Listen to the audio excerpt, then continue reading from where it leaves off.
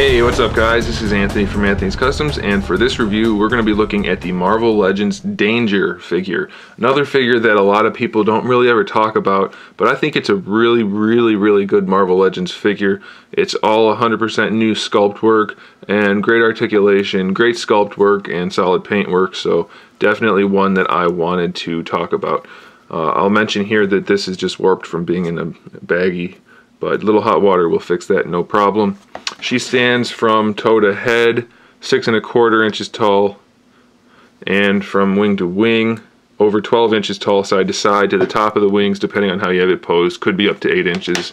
Of course, you can rotate them up and make it higher, but whatever. So I'm going to take the wings off because they just get in the way for the review, but they're definitely cool wings. They have a hinge, so they flap if you want them to, and you can get them to rotate too. It's easier to rotate them by pulling them out and then putting them in differently, because actually spinning them in there isn't the easiest thing to do. Okay, so we're going to pop those off. Hopefully I don't break anything.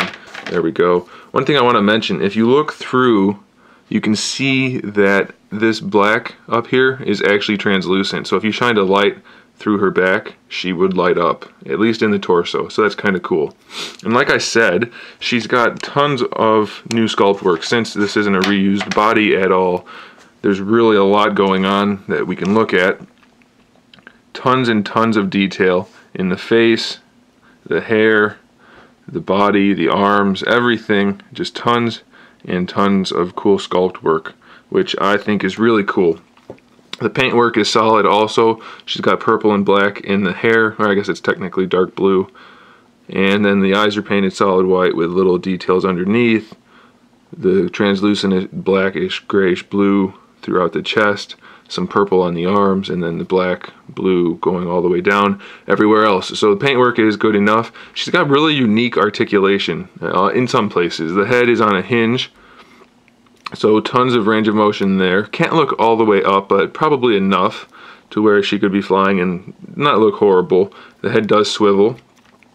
She's got really cool joints in the shoulders. It's an old school ball peg, so the shoulder itself has all kinds of motion like that, and of course you can spin it around.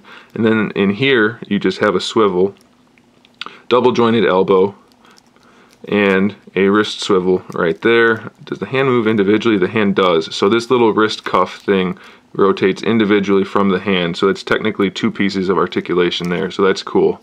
And then her waist twist comes inside this little corset type thing, so that's kind of cool. It's technically a ball peg, so you get a little extra front and back out of it as well. Not nearly as much as an ab crunch, but you do get a really nice waist twist that's easily hidden since you can't see the joint. So that's cool. She has ball hinge hips, so full range of motion there with a thigh swivel built in, double jointed knees, let's zoom out just a little bit, and an ankle pivot. The ankle pivot is the problem for me. It doesn't have a great range of motion. It goes back fine, but going forward you get almost nothing out of it, just a little bit. But it's still really cool, and it's a really cool figure, especially if you're an X-Men fan, then I'd say this is an easy must-have. It's a really great figure, I think. It's definitely up there on my list of figures I'm glad I own, because it's just so unique, and it definitely is. It has nice display properties with the wings. So there it is, there's Danger. Thanks for watching, guys. Stay tuned for some more figure reviews, some custom figures, and some other good stuff. And in the meantime, keep collecting.